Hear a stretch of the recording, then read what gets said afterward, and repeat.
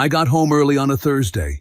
I just finished work sooner than expected after a client canceled a late call, and for once the universe decided not to spit directly in my coffee. I even made the rookie mistake of thinking, hey, maybe tonight can be nice. That should have been my first warning. I stopped on the way home, picked up a bottle of wine my wife liked. I also grabbed a small box of pastries from that bakery she loved, the place where everything looked delicate, overpriced, and emotionally unavailable. So there I was, walking up to my own front door like some loyal suburban golden retriever with a credit card. The first thing I noticed when I stepped inside was laughter. Female laughter.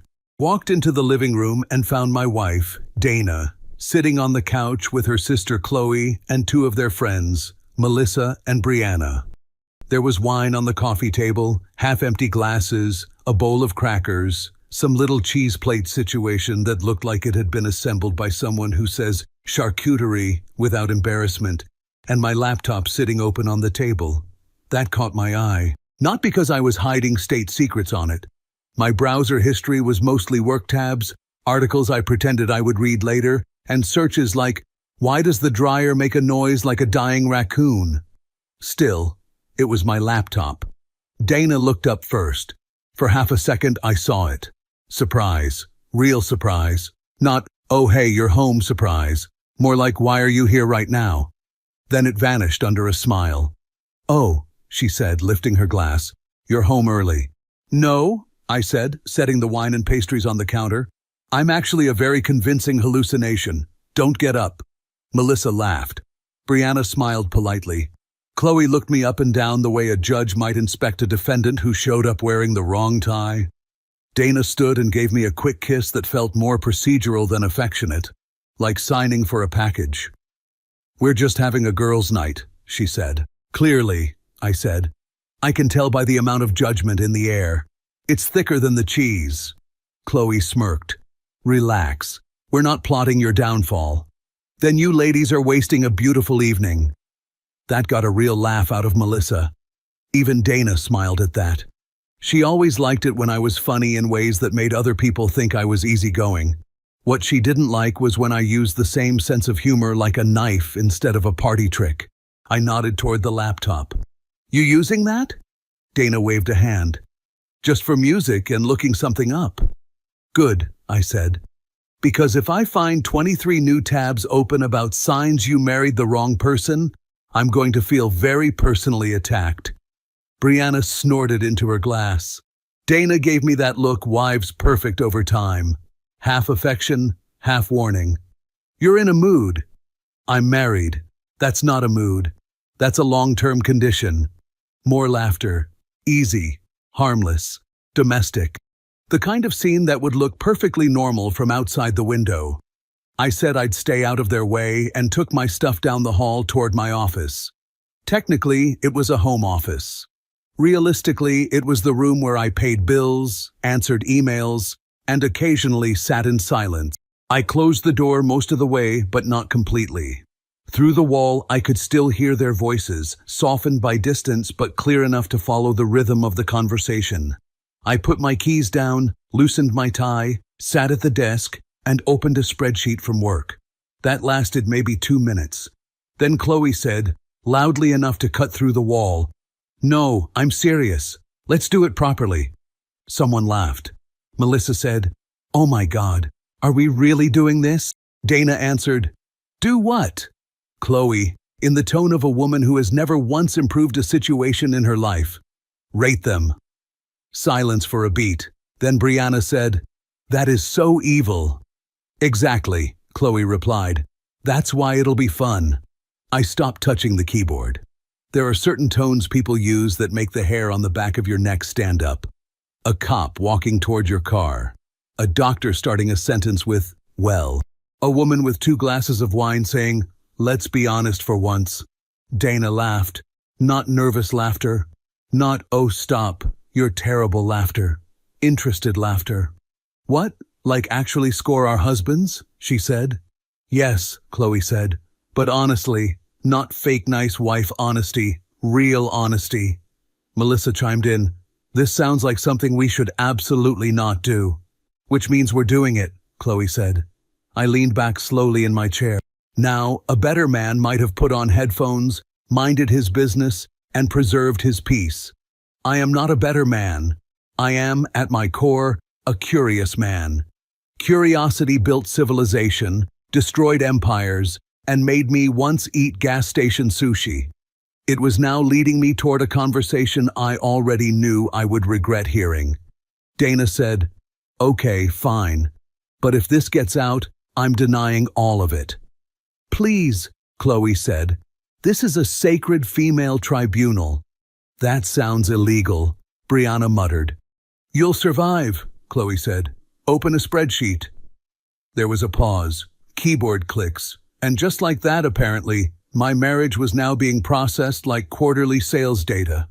Melissa asked, "What are the categories?" Chloe answered immediately, like she had either thought about this before or was naturally gifted at being a menace. Looks, charisma, ambition, money, confidence, masculine energy, potential. I blinked. Masculine energy. That one almost made me laugh out loud right there. Because nothing says healthy adult relationship like your wife and her wine committee ranking your masculine energy next to a bowl of imported olives. Brianna actually laughed at the same phrase. Masculine energy? What is this, a podcast for divorced life coaches? Chloe said, "You know exactly what I mean." Dana said, "Unfortunately, yes, I do." Something in the way she said it made my jaw tighten. Still joking, still light. But there was an edge in it, an eagerness. The keyboard clicked again. "Scale of 1 to 10? Melissa asked. "Obviously," Chloe said. "And comments if necessary." "Comments?" Brianna said. "Jesus. What? Nuance matters." Of course it did. Why simply insult your husband when you can annotate him? I should say this here. I was not some useless man wandering through life in socks and confusion. I worked hard. I handled our bills. I cooked more often than Dana did, mostly because she considered seasoning to be a personal attack on vegetables. I fixed things around the house. I stayed in shape. I wasn't some alpha wolf motivational speaker with a beard full of cigar smoke and bad opinions, but I was not exactly a cautionary tale either. And yet, sitting in the office and listening to 4 women build a husband scorecard like they were judging livestock at a county fair, I had a bad feeling that nuance was not going to save me. Chloe started with Melissa's husband. "Okay," she said. "Greg." Melissa groaned. "Oh God, fine." "Looks?" Melissa exhaled. "6." Chloe made a scandalized noise. "Only 6? He's handsome in a tired contractor kind of way," Melissa said. "But if he smiles too wide, he looks like he's about to sell me a used boat." Everybody laughed. "Charisma?" Chloe asked. 7. "Ambition?" 8, Melissa said. "Easy." "Confidence?" 7, but in an annoying way, like he walks into every room like he's here to fire somebody. Dana laughed. "That's still better than the men who walk into a room apologizing to furniture." That one landed harder than it should have. I went still. Not because it was a direct hit, not yet, but because I recognized the setup. That was the kind of line people throw when they already know where the rest of the conversation is headed. Brianna's husband went next. Then Chloe's ex, because apparently dead relationships can still compete. The whole thing had the tone of a late-night game show hosted by emotionally irresponsible women with good skincare. "My husband gets an 8 for ambition," Melissa said at one point. Dana replied, "At least he has ambition. Some men hit 35 and emotionally retire." Chloe nearly choked laughing. Later, when Brianna gave her husband a 7 for confidence, Dana said, "That's attractive, though. Even when it's a little irrational. At least it feels masculine." The word kept floating back into the room like perfume and poison. And the more they talked about the other men, the more animated Dana became. "That one has presence. This one at least knows how to make decisions. He's kind of arrogant, but honestly, it works for him. He looks like a man when he enters a room." That one sat in my chest like a nail. Because here's the funny part. You can be married to someone for years, sleep next to them, build routines with them, hear their work complaints, know how they like their coffee, know which side they turn to when they're stressed, and still have no idea how they describe you when you're not there. That's the romance they never put in greeting cards. Chloe finally said the words I had been waiting for and hoping not to hear. "Okay," she said. "Dana, your turn." The room changed, not dramatically. No spooky music, no lightning, just a slight shift in the air, the way people lean in before gossip turns into confession. Dana laughed, but softer this time. "Do we have to?" "Yes," Chloe said immediately. Melissa added, "You can't participate in everyone else's and then skip yours." Brianna, who at least had traces of a conscience, said, "Maybe don't." Chloe ignored her. "Come on, we're being honest." Dana was quiet for a second. Then I heard the clink of her glass on the table. "Fine," she said. That single word felt like someone opening a freezer door inside my ribs. I moved closer to the crack in the doorway. Chloe said, far too cheerfully, "Okay, looks." Dana let out a breath through her nose, thinking. 4. There was a beat. Then Melissa said, "Wow, we're starting strong." Dana laughed. "What?" "I'm being honest." I stared at the dark hallway wall. 4. Not exactly flattering, but numbers by themselves don't wound you. It's how casually they're delivered, like assigning a difficulty level to assembling a chair. "Charisma?" Chloe asked. 3, Dana said.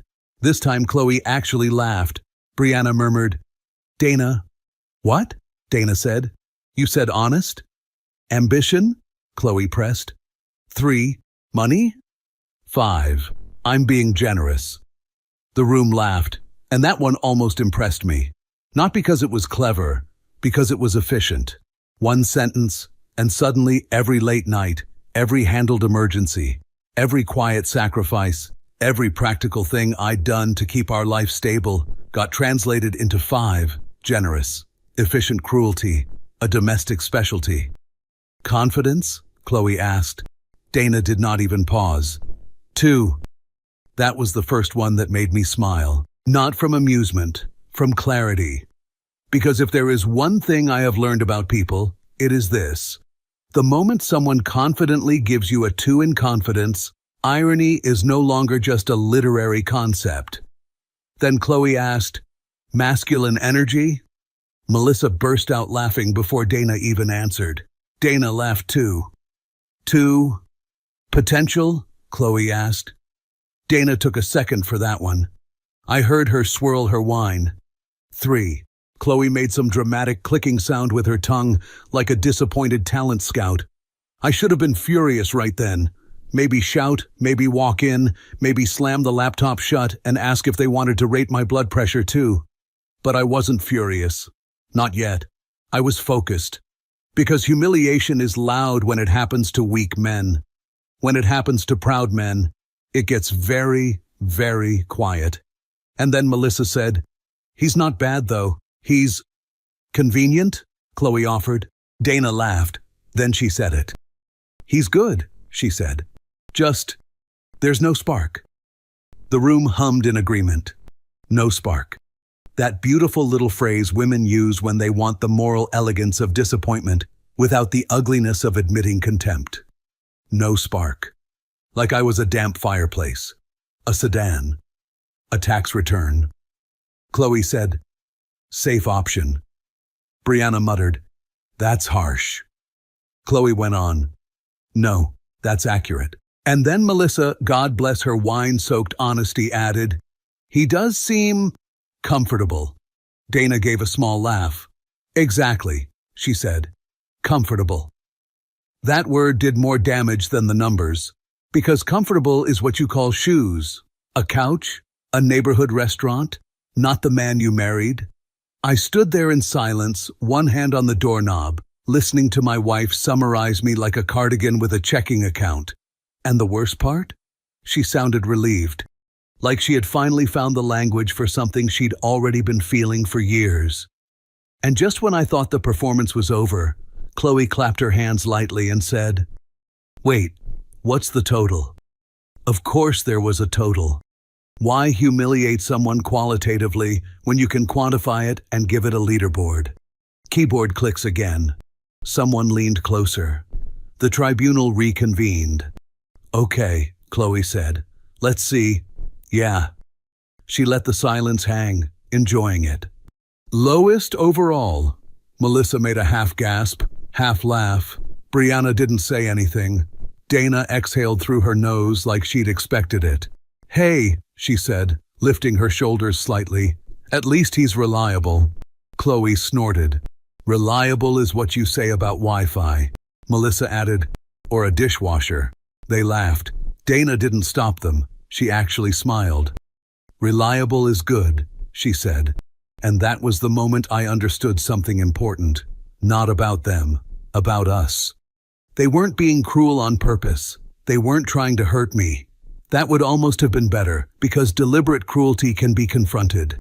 This was casual, comfortable, natural. This was how she thought. This was how she talked about me when I wasn't in the room. And that meant the problem wasn't the wine, or Chloe, or a stupid game. The problem was that my wife saw me as safe furniture. The conversation drifted after that. They moved on to stories about vacations, work drama, someone's coworker who cried in a meeting. The energy shifted back to normal, like nothing had happened. Like they hadn't just rated me and filed me under adequate but uninspiring. Then I went back to my desk, sat down, and reopened the boring work spreadsheet I'd been pretending to care about earlier. Except now I wasn't looking at numbers. I was replaying the categories in my head. Looks, 4. Charisma, 3. Ambition, 3. Money, 5. Generous. Confidence, 2. Masculine energy, 2. Potential, 3. If you stack those numbers next to a broken appliance review, I wouldn't even argue. Strangely, I didn't feel rage. I felt clarity. There's a moment in some arguments where people say things they don't mean. This wasn't that. There was no heat, no pressure, no fight. Just relaxed honesty. Which meant this wasn't something she said in anger. This was something she believed in comfort. That's always worse. Eventually, the evening wrapped up. I heard chairs scraping, goodbyes, that chorus of, "Text me when you get home," which always sounds like concern but mostly functions as social punctuation. The front door closed, then again, then silence. I waited another 30 seconds before stepping out of the office. Dana was in the kitchen, stacking glasses into the sink. She looked up and smiled like nothing unusual had happened. "You survived hiding in there?" she asked. "Barely," I said. "I considered calling for extraction." She laughed. "You could have joined us." I didn't want to interrupt the summit. "What summit?" "You know, strategic planning, global policy, cheese-based diplomacy." She shook her head and turned back to the sink. "You're weird tonight." "Long day." She wiped her hands and walked over, leaning lightly against the counter. "You okay?" I met her eyes. For a split second, I wondered if she suspected I'd heard something. There was nothing in her expression, just mild curiosity. "I'm fine," I said. "Just tired." She nodded, apparently satisfied. "I'm going to bed. Don't stay up too late." "Wouldn't dream of it." She came over, kissed me on the cheek, and headed down the hallway. That kiss felt exactly like the one earlier.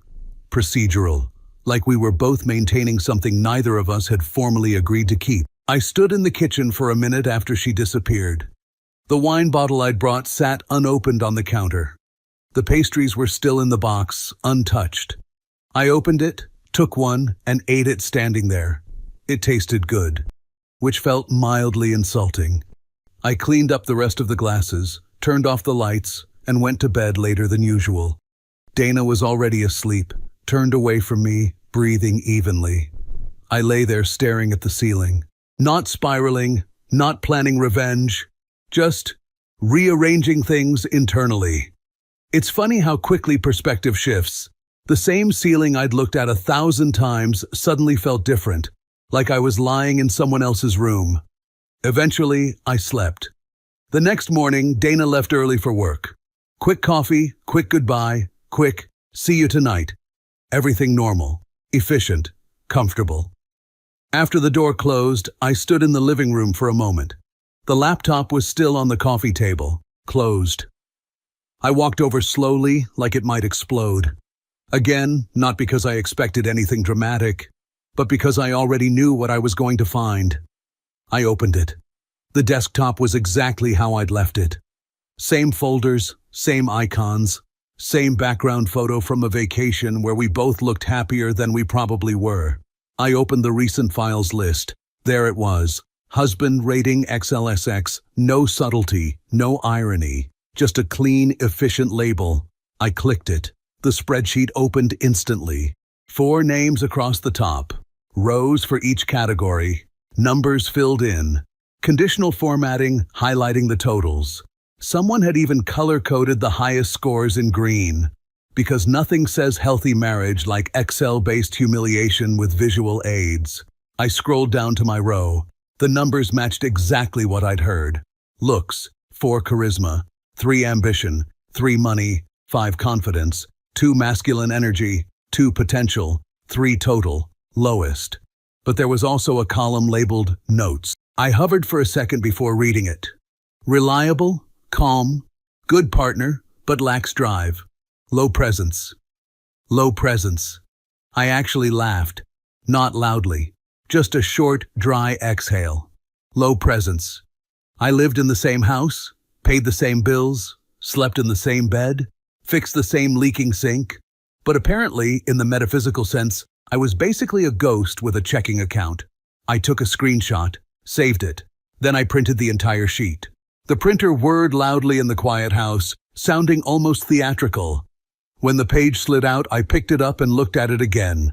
Seeing it on paper made it more absurd, cleaner, official. I folded it once, carefully, and placed it inside a folder. Just organization. Because if I was going to respond, it wasn't going to be with yelling in a kitchen. It was going to be with decisions. I closed the laptop, put it back exactly where it had been, and went to get dressed. For the first time since the night before, I felt something close to calm. Not forgiveness, not anger, just direction. And that, ironically, probably would have scored at least a 7 in confidence. I didn't call a lawyer that same morning. Contrary to popular belief, I'm not the kind of man who hears one uncomfortable conversation and immediately hires 3 attorneys, sells the house, and buys a motorcycle. I prefer to let things settle, not because I'm indecisive, because I like my decisions calm and expensive. So I went to work. And yes, I actually worked. Emails, meetings, the usual corporate theater where everyone pretends urgency is the same thing as importance. But something had shifted, not in a dramatic cinematic way, more like the background noise had gone quiet. That evening, I came home at the usual time. Dana was already there, scrolling on her phone, one leg tucked under her, the universal pose of someone who lives comfortably in a space they assume is permanent. "Hey," she said, "how was your day?" "Educational," she smiled faintly. "That sounds ominous." "I learned that meetings multiply if you feed them." She laughed, casual, easy, the same tone as always. We had dinner, talked about work, talked about a show she wanted to watch. She mentioned Chloe briefly, something about meeting her for brunch on the weekend. I nodded. Neutral. No tension. If she felt anything was off, she didn't show it. That's the thing about slow fractures. They don't creak. They just separate. Later that night, she fell asleep again before I did. I stayed awake longer, not staring at the ceiling this time, but thinking through logistics. Where would I stay? How complicated would separation be? What did I actually want? Not revenge, not drama, just distance. The next morning, I called a lawyer.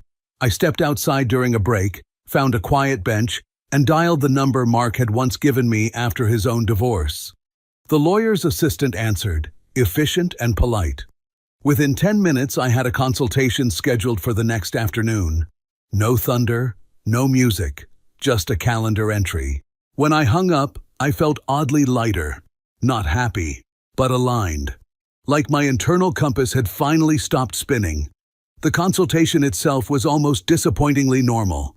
The lawyer, a calm woman in her 40s, asked standard questions: length of marriage, shared assets, no children, joint accounts, house in both names, nothing dramatic. "Any specific incident prompting this?" she asked. I considered explaining. The spreadsheet, the ratings, the numbers. Instead, I said, "Loss of respect." She nodded like she'd heard that 1,000 times. "That's usually the beginning," she said. "We discussed options. Separation first, documentation. No need to escalate unless necessary. Keep communication calm. Avoid emotional confrontations. In other words, behave like an adult." I left her office with a thin folder and the strange sense that my life had just moved forward half a chapter without asking me. Over the next few days, I didn't change dramatically. I didn't start lifting weights at midnight or quoting philosophy at breakfast. I just simplified. I opened a separate account, moved some personal savings, scanned documents, looked at rental options online. Dana noticed none of it. Or maybe she noticed and interpreted it as routine. People see what fits their assumptions. One evening she said, "You've been quiet lately." "I've been efficient," I replied. "That sounds worse. Only for chaos." She leaned her head on my shoulder. A familiar gesture, comfortable. For a second I almost felt guilty. Then I remembered the word comfortable, and the feeling passed. 3 days later, she texted me around noon.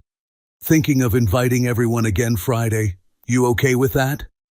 Everyone, meaning Chloe and the tribunal. I stared at the message for a moment.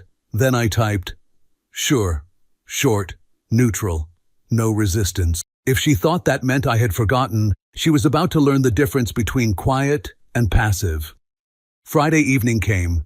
Same living room, same glasses, same wine, same easy laughter. I played my role perfectly. Polite, light humor, no tension. I even poured drinks. Chloe gave me a quick nod. "You're joining us this time?" "Just passing through," I said. "I don't want to affect the ratings." She blinked, not catching it. Dana didn't react either. Good. At some point during the evening, I excused myself, went to my office, and picked up the folder. I waited a few minutes. Let the conversation settle into that relaxed rhythm again. Timing matters, even in domestic theater. Then I walked back into the living room. I stepped forward and placed the printed sheet on the coffee table, right between the wine glasses. They all looked down. Silence. Dana's eyes scanned the page. Her face changed almost instantly, color draining like someone had pulled a plug. Chloe leaned forward. Melissa froze with her glass halfway to her lips. Brianna looked like she wished she could disappear into the couch. No one spoke. I sat down calmly. "That's yours," I said to Dana. She swallowed. "Where did you—" "Your laptop," I said. "You left it on the table." Chloe shifted. "It was just—" I raised a hand slightly, not aggressively, just enough. "Don't," I said. Dana looked up at me. "It was a joke." "Yeah," I said. I noticed. The room stayed quiet. Even the refrigerator seemed to stop humming. I reached into the folder and took out the second document, placed it beside the first. Dana's eyes moved down. Her hands started to shake slightly. "What is this?" she asked, though she already knew. "Separation notice," I said calmly. Melissa whispered, "Oh my God." Dana looked at me, panic starting to rise. "You're serious?" "Yes." "This is insane." "It was just a game," I finished. "I know," Chloe said. "You're overreacting." I looked at her. "No," I said. "I'm reacting for the first time." Then I turned back to Dana. "You gave me 2 out of 10 for confidence," I said. "I've improved my rating. I'm now a 10 out of 10 for confidence." No one laughed. Dana stared at the second document like it might rearrange itself into something less real. "This is ridiculous," she said, her voice thin but trying to sound firm. "You're seriously doing this over a stupid conversation?" I leaned back slightly. "No, I'm doing this over what that conversation revealed. Chloe scoffed. It was wine. People say things. People say honest things, I replied, especially when they think nobody's listening. Melissa quietly set her glass down. Brianna looked like she was calculating the fastest route to the door without making it obvious. Dana shook her head. You weren't even supposed to hear that. That's comforting, I said. So the problem isn't what was said, it's that I heard it. That's not what I meant. I know, I said calmly. You meant it was private, which makes it more honest.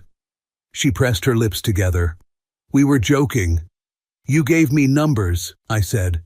You added comments. You used Excel. Chloe muttered. It was a spreadsheet, not a courtroom. Dana leaned forward. Listen, we were just comparing. It didn't mean anything. It meant enough to write low presence, I said. Her eyes flicked to the page again. I didn't think you'd ever see it, I finished. Yes, that part was clear. Silence stretched again. Finally, she said softer. You're blowing this up. We have a good marriage. I nodded slowly. Comfortable, right? She flinched, just slightly, but I saw it. That's exactly what you said, I replied. Comfortable, reliable, safe option. Chloe shifted in her seat. You're twisting it. No, I said. I'm quoting it. Dana's voice rose a little. So what? You want me to say you're perfect? Nobody's perfect. I never asked for perfect, I said. Just not to be rated like a mid-range appliance. Melissa let out a small, involuntary laugh, then covered her mouth. Dana looked at her, then back at me. You're humiliating me right now. I tilted my head. Interesting choice of word. That's not fair. You're right, I said. Fair would have been not doing this in the first place. She rubbed her forehead. This is crazy. We can talk about it later. We are talking about it now. In front of everyone? I shrugged lightly. That's how it started. Chloe leaned forward. This is getting dramatic. No, I said. This is getting clear. Dana picked up the separation notice, her hand still slightly shaking. You already did this? You went to a lawyer? Yes. You didn't even talk to me first. I heard you first. That's not the same. It is when the conversation is about my value. She stared at me. You're throwing everything away. I shook my head. I'm stepping away from something that was already gone. That's not true. You gave me 2 out of 10 for confidence, I said again. I figured I'd demonstrate improvement. Brianna whispered, almost to herself. This is really bad. No one answered her. Dana's voice dropped, softer now, almost pleading. You're serious? Yes. Over a spreadsheet. Over respect. She looked at me like she was searching for some sign that I was bluffing, that this was a performance, a scare tactic, something she could diffuse with the right tone. But I wasn't angry, and that made it worse. I didn't mean it like that, she said quietly. You meant it exactly like that, I replied. You just didn't mean for me to know. Chloe stood up. Maybe we should go. Yes, Brianna said quickly. We should. Melissa nodded, already reaching for her bag. Dana didn't move. Her eyes stayed locked on me. She swallowed. You're not even willing to try to fix this? I thought about that for a second. Not because I didn't know the answer, but because I wanted it to be honest. You can't negotiate respect, I said. Once it's gone, you're just arguing about tone. Her eyes filled, but she didn't cry. Not yet. Chloe muttered something like, "This is insane," as she headed for the door. The others followed, awkward goodbyes, quiet apologies, the sound of coats and keys. Within a minute, they were gone. The house fell silent. Dana sat on the couch, still holding the papers. I stood, picked up my keys from the side table. "You're just walking out?" she said. "Yes." She stood up now, panic finally breaking through. "Wait, we can talk, please." We already did. This isn't enough to end a marriage. For you, maybe. For you? For me, it's enough to realize I'm not where I should be. She took a step closer. I was stupid. I said stupid things. People do that. Not like that, I said gently. Not comfortably. Her shoulders dropped. You're really going to do this, she whispered. Yes. I opened the door. She said my name, quietly this time. I paused but didn't turn around.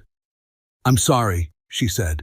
I don't need your apologies. I needed your respect, but unfortunately, it's not there, I said.